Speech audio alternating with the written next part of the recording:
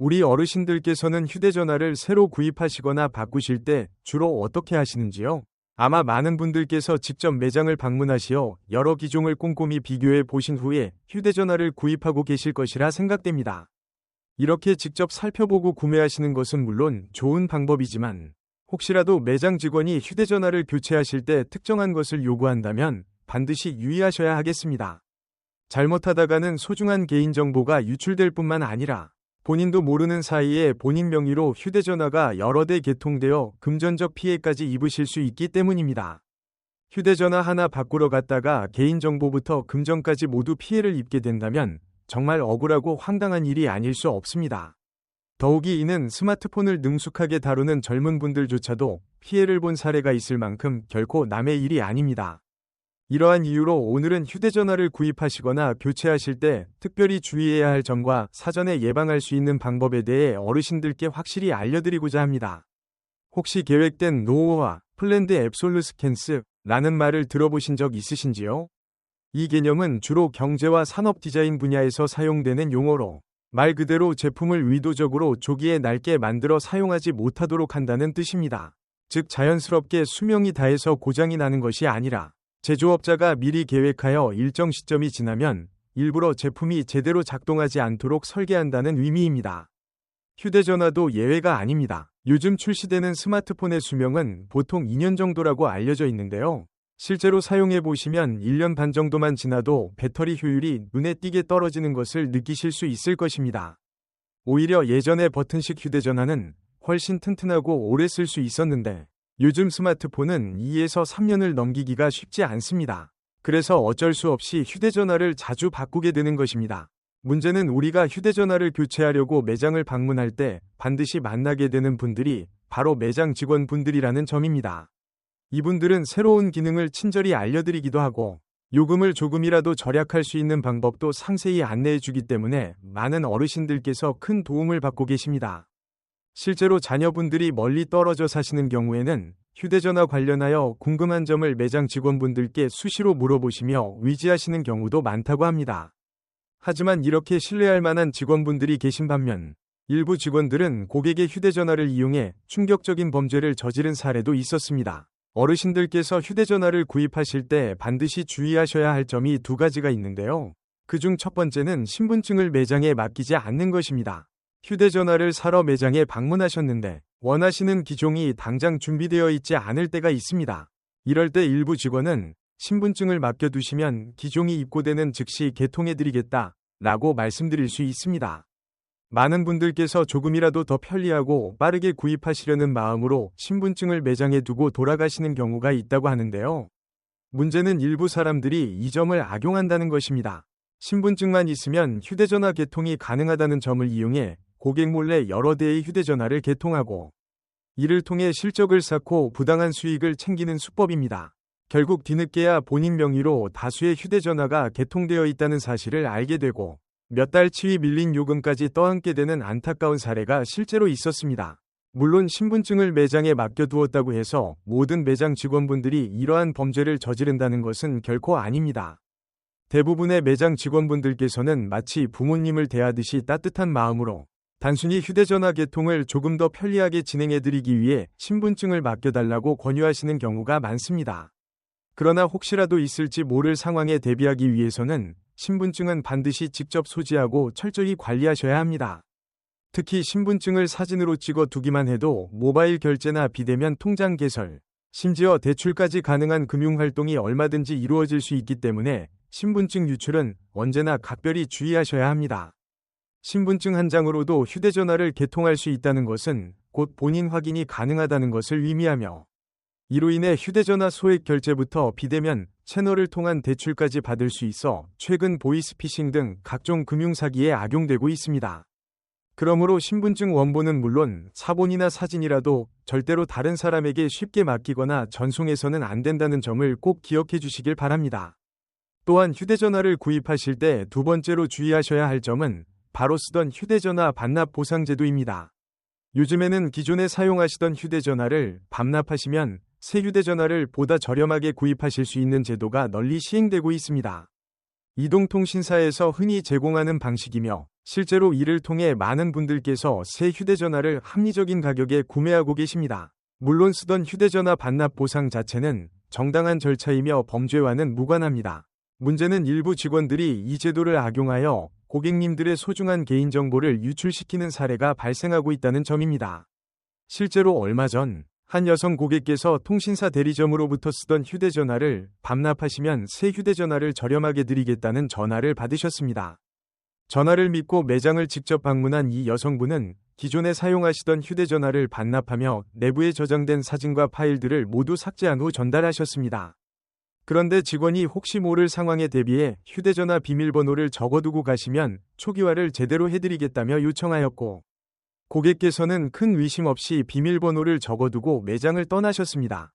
하지만 이후 충격적인 일이 일어났습니다. 하루 뒤 다시 매장을 방문하셔서 휴대전화를 되돌려 받고자 했는데 며칠 지나지 않아 낯선 남성에게서 본인의 사진 여러 장이 유출되었다는 사실을 알게 되신 것입니다.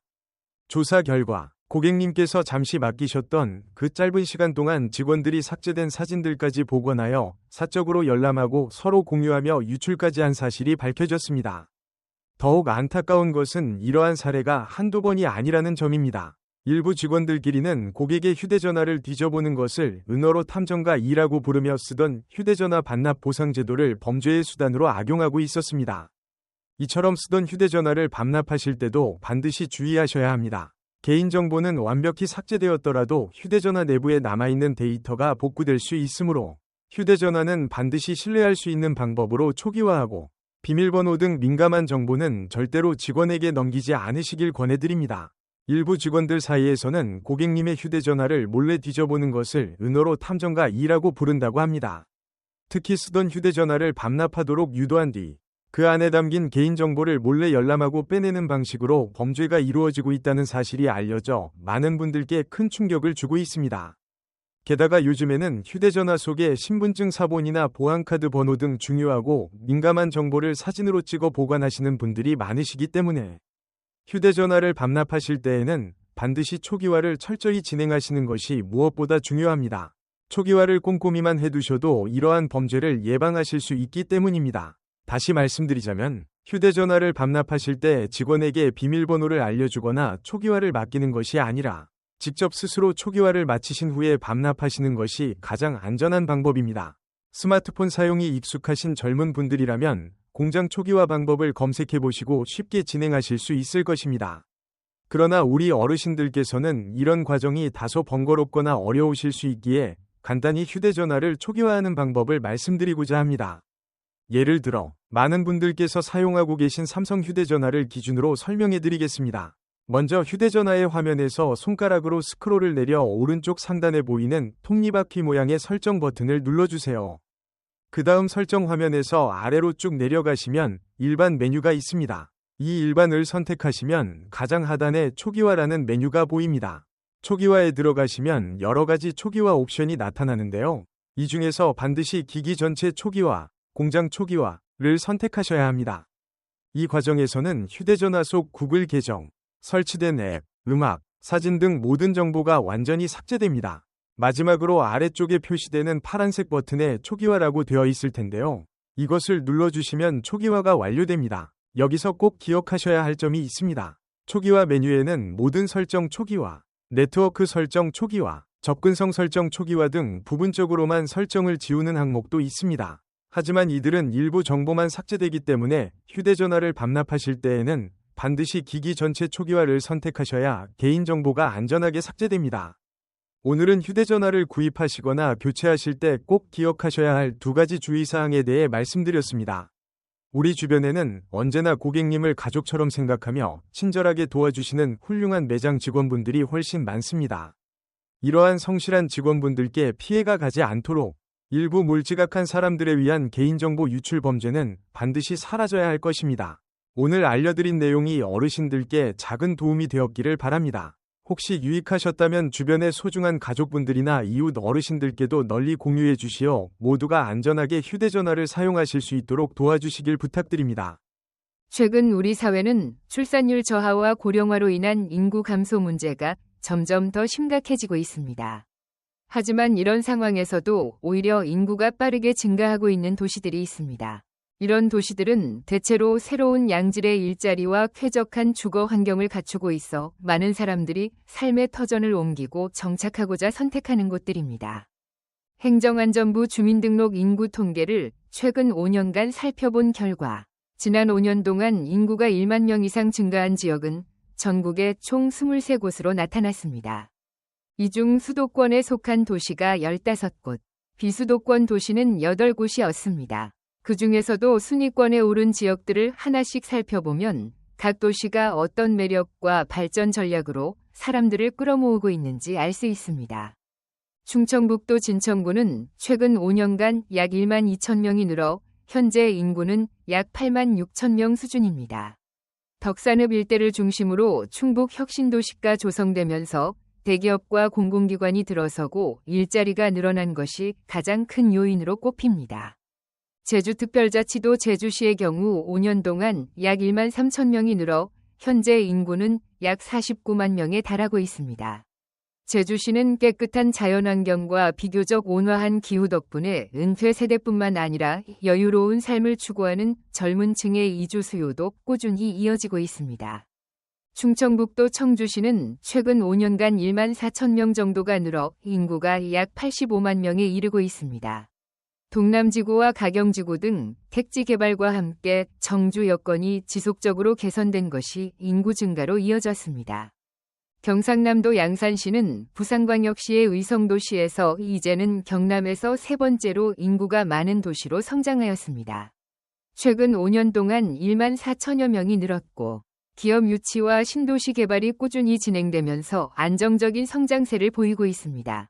경기도 오산시는 동탄산업단지 접근성과 세교 1지구, 세교 2지구 개발 덕분에 지난 5년간 1만 5천 명 이상이 늘었습니다. 현재 인구는 약 23만 명을 넘어섰습니다. 강원도 원주시는 강원도 내에서 인구가 가장 많은 도시이자 전국에서 혁신도시와 기업도시를 모두 유치한 유일한 도시로 꼽힙니다. 최근 5년간 1만 9천 명이 늘어 현재 인구는 약 36만 명입니다.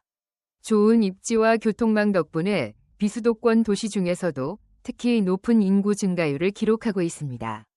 인천광역시는 광역시 중 유일하게 인구가 증가한 도시로 최근 5년 동안 약 2만 명이 늘어 현재 약 297만 명 수준입니다.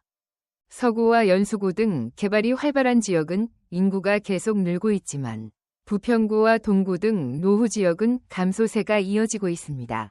계양신도시와 검단신도시 개발이 진행 중이어서 앞으로도 인구는 꾸준히 늘어날 것으로 예상됩니다. 경기도 위정부시는 최근 5년간 2만 명 이상 늘어 현재 인구는 약 46만 명입니다. 우산지구와 밀락 2지구 개발이 활발히 진행되면서 주거 환경이 개선되어 많은 세대가 유입되었습니다. 경기도 과천시는 최근 5년간 약 2만 1천 명이 증가하여 인구가 7만 8천 명에 달하고 있습니다. 전국에서 인구 증가율이 두 번째로 높은 도시로 꼽히며 과천지 식정보타운과 주암지구 개발이 완료되면 인구 15만 명 달성도 가능할 것으로 예상됩니다. 충청남도 천안시는 수도권 규제와 공장 총량제로 인해 수도권 기업과 대학들이 이전하면서 인구가 꾸준히 증가해 현재 약 65만 명에 이르고 있습니다. 수도권과 가까워 교통 접근성이 좋고 대학과 기업이 함께 발달해 있다는 점이 큰 장점입니다. 이처럼 최근 인구가 늘고 있는 도시들은 공통적으로 새로운 산업단지와 기업 유치, 택지 개발 등으로 일자리와 주거 여건을 동시에 갖추며 경쟁력을 높이고 있습니다. 수도권과의 교통망이 잘 연결되어 있거나 새로운 광역교통계획이 추진되는 점도 인구 유입에 긍정적으로 작용하고 있습니다. 하지만 전국적으로 보면 출생아 수보다 사망자 수가 더 많아 자연증가가 마이너스를 기록하는 상황은 여전히 계속되고 있습니다. 2024년 한 해 동안 출생아 수는 약 23만 8천 명, 사망자 수는 약 35만 8천 명으로 집계되어 자연 감소는 12만 명이 넘었습니다. 이는 5해 연속으로 인구가 자연적으로 감소한 수치입니다. 2025년 기준 우리나라 등록 인구는 약 5,167만 명으로 추산되며 고령화 속도는 점점 빨라져 65세 이상 고령 인구 비중은 이미 20%에 가까워졌습니다. 정부와 지방자치단체는 청년층과 젊은 가족들의 유입을 위해 혁신도시 조성, 신도시 개발, 주택 공급 확대, 보육과 교육 인프라 강화 등 다양한 대책을 내놓고 있지만 아직 뚜렷한 전환점을 만들지는 못하고 있습니다. 앞으로는 단순한 인센티브 지원을 넘어 직장 문화 개선, 성평등한 돌봄 환경 조성, 주거 부담 완화 등 삶의 질을 높이는 근본적인 대책이 함께 추진되어야 할 것입니다. 인구는 도시의 경쟁력이자 국가의 미래입니다. 줄어드는 인구 속에서도 변화에 대응하며 기회를 만들고 있는 도시들의 사례가 앞으로 더 많은 지역으로 확산되길 바랍니다. 계속해서 인구가 증가하고 있는 도시들을 이어서 살펴보겠습니다. 전국적으로 인구가 줄어드는 상황에서도 일부 도시들은 안정적인 일자리와 교통망 확충, 신도시 개발 등으로 더 많은 사람들이 모이고 있습니다. 충청남도 천안시는 현재 인구가 약 65만 7천 명으로 집계되며 최근 5년간 2만 4천 명 이상이 늘었습니다. 수도권 공장 총량제와 규제에 따라 많은 대학교와 기업 공장이 이전하면서 인구가 급격히 증가했고 평균 연령이 낮아 앞으로도 인구 증가는 이어질 전망입니다. 13위인 충청남도 아산시는 인구가 약 33만 6천 명으로 청년층이 선호하는 양질의 일자리가 늘어나면서 최근 5년간 약 2만 5천 명이 증가했습니다. 수도권과의 접근성이 좋고 천안과 맞닿아 있는 입지 덕분에 함께 성장하고 있습니다. 경기도 양주시는 인구가 약 25만 명을 넘어섰으며 최근 5년간 무려 3만 8천 명 이상이 늘었습니다. 7호선 연장과 수도권 광역급행철도 같은 교통 호재와 신도시 개발이 활발해 향후에도 인구는 꾸준히 늘어날 것으로 보입니다. 경기도 고양시는 현재 인구가 약 107만 명으로 최근 5년간 약 3만 6천 명이 증가했습니다. 시로 승격한 이후 빠르게 성장해 1996년 50만 명을 넘긴 데 이어 2014년에는 100만 도시가 되었고 현재 창릉 신도시와 향동지구 개발이 완성되면 130만 명에 이를 것으로 전망됩니다. 경기도 광주시는 과거 성남시와 하남시 일부를 분리하면서 도시 규모가 줄었지만 2000년대 이후 인구가 급격히 늘어 현재 약 39만 명에 도달했습니다. 최근 5년 동안 4만 3천 명 이상이 늘었으며 수도권 남동부 지역의 새로운 거점 도시로 성장하고 있습니다. 경기도 파주시는 운정과 문산, 파주 출판도시 개발 등으로 인구가 꾸준히 늘어나 현재 약 49만 6천 명에 달합니다. 최근 5년간 5만 7천 명 이상이 증가했으며 남북 접경 지역의 특성과 신도시 개발이 맞물려 앞으로도 성장 가능성이 높습니다. 경기도 용인시는 반도체 등 첨단 산업 중심으로 안정적인 경제 기반을 갖춘 덕분에 인구가 꾸준히 늘고 있습니다. 현재 인구는 약 107만 명으로 전국에서 광역시를 제외하면 네 번째로 100만 인구를 달성한 도시입니다. 최근 5년간 6만 7천 명 이상이 증가했고 첨단 산업 육성 덕분에 앞으로도 인구 성장은 이어질 것으로 예상됩니다. 경기도 남양주시는 현재 인구가 약 73만 5천 명으로 최근 5년간 6만 8천 명이 늘었습니다. 다산 신도시와 왕숙 신도시 등 대규모 주거단지가 조성되면서 인구가 빠르게 늘고 있지만 지역 내 일자리와 의료시설이 부족해 앞으로는 생활 인프라 확충이 중요한 과제로 남아 있습니다. 경기도 시흥시는 과거에는 낙후된 이미지가 있었지만 수도권 대도시와 인접한 지리적 이점을 바탕으로 인구가 급격히 늘어 현재 약 51만 7천 명을 기록하고 있습니다. 최근 5년간 9만 4천 명 이상이 늘었으며 광명시흥 신도시와 하중지구 등 추가 개발 계획이 진행 중이라 앞으로도 성장세가 유지될 것으로 보입니다.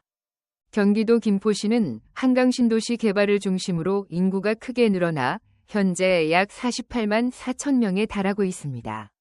최근 5년간 9만 명 이상이 증가했으며 광역교통망이 지속적으로 확충되면서 장기적으로 70만 명을 목표로 하고 있습니다. 경기도 하남시는 의뢰신도시와 미사강변도시 개발로 인해 최근 몇 년간 전국에서 가장 높은 인구 증가율을 보였습니다. 현재 인구는 약 32만 6천 명으로 최근 5년간 9만 2천 명 이상이 늘어 증가율이 39%를 넘겼습니다. 앞으로 교산 신도시가 본격적으로 개발되면 인구 40만 명 돌파도 무난할 것으로 보입니다. 경기도 평택시는 반도체 공장과 배후 산업단지 조성 덕분에 인구가 폭발적으로 증가한 대표적인 도시입니다. 현재 인구는 약 58만 3천 명으로 최근 5년간 10만 명 이상이 늘었습니다. 삼성전자 반도체 공장과 평택항 개발, 미군기지 이전 등 굵직한 호재가 겹쳐 앞으로도 성장세는 계속될 전망입니다. 마지막으로 세종특별자치시는 전국에서 인구 증가 속도가 가장 빠른 도시 중 하나로 꼽힙니다. 정부 부처와 공공기관 이전, 계획도시로서의 안정적인 기반 덕분에 많은 젊은 층과 가족 단위 인구가 유입되고 있으며 앞으로도 수도권과 경쟁하는 대표적인 신행정 도시로 자리매김할 것입니다. 이처럼 전국적으로 인구가 줄어드는 흐름 속에서도 일부 도시들은 교통망과 산업 기반, 쾌적한 주거 환경을 갖추며 꾸준한 성장세를 이어가고 있습니다. 하지만 여전히 출생률은 낮고 고령화는 빠르게 진행되고 있어 개별 도시의 성공이 전국 인구 구조 문제를 완전히 해결해주진 못할 것입니다. 앞으로는 각 도시가 일자리와 주거뿐 아니라 교육, 보육, 교통, 의료 등 삶의 질 전반을 함께 끌어올리는 종합 전략을 꾸준히 추진해야 할 때입니다. 앞서 살펴본 도시들에 이어 인구가 가장 크게 증가한 2위는 세종특별자치시입니다. 세종시는 현재 인구가 약 38만 5천 명으로 최근 5년간 10만 2천 명 이상이 늘었습니다.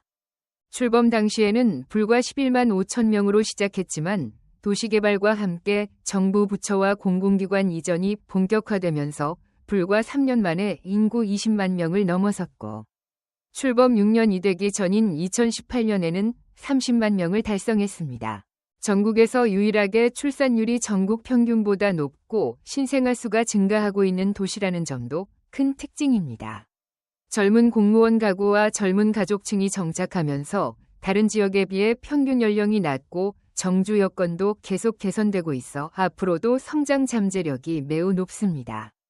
1위는 경기도 화성시입니다. 화성시는 시로 승격될 당시만 해도 인구가 21만 명 남짓한 소도시에 불과했지만 동탄 신도시 개발과 대규모 산업단지 조성으로 무려 22년 만에 인구가 거의 5배 가까이 늘어났습니다.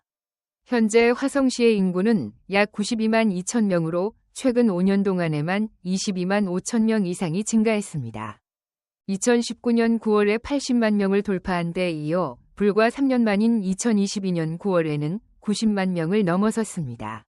앞으로도 새로운 택지 개발과 첨단 산업 유치가 예정되어 있어 화성시의 인구는 계속 늘어날 것으로 보입니다. 이렇게 최근 5년간 인구가 1만 명 이상 늘어난 전국의 23개 도시들을 살펴보았습니다. 이들 도시에는 공통점이 있습니다. 바로 대부분이 수도권에 위치해 있거나 수도권과 1시간 이내 거리에 있는 지역이라는 점입니다. 특히 최근 5년 동안 인구가 5만 명 이상 증가한 9개 도시 중 세종특별자치시를 제외하면 모두 수도권에 속해 있습니다. 순위권에 포함된 비수도권 도시인 천안시, 아산시, 원주시도 사실상 수도권 생활권에 가까워 교통으로 연결되며 일자리 접근성이 높습니다. 그만큼 안정적인 일자리와 대규모 택지 개발이 함께 맞물려야 사람들이 모인다는 것을 다시 한번 확인할 수 있었습니다. 반면 남양주시나 양주시처럼 지역 내 산업 기반은 상대적으로 약하지만 쾌적한 신도시 건설과 교통 인프라 개선만으로도 인구를 크게 늘리고 있다는 점도 눈길을 끕니다. 결국 인구 증가는 단순히 한두 가지 요인으로 이루어지는 것이 아니라 안정적인 일자리와 주거 환경, 교통과 교육 같은 종합적인 조건이 함께 뒷받침될 때 가능하다는 사실을 다시금 보여주고 있습니다. 오늘은 최근 5년간 인구가 1만 명 이상 증가한 대한민국의 주요 도시들을 살펴봤습니다. 인구는 한 도시의 경쟁력이자 미래의 성장 동력입니다. 앞으로도 각 도시들이 단순한 숫자 증가에 그치지 않고 사람들이 더 오래 머물고 싶은 터전이 되기 위해 생활 인프라와 일자리, 교육과 돌봄 환경까지 함께 발전시켜 나가길 기대합니다. 함께 해주셔서 감사합니다. 다음 이야기에서 다시 찾아뵙겠습니다.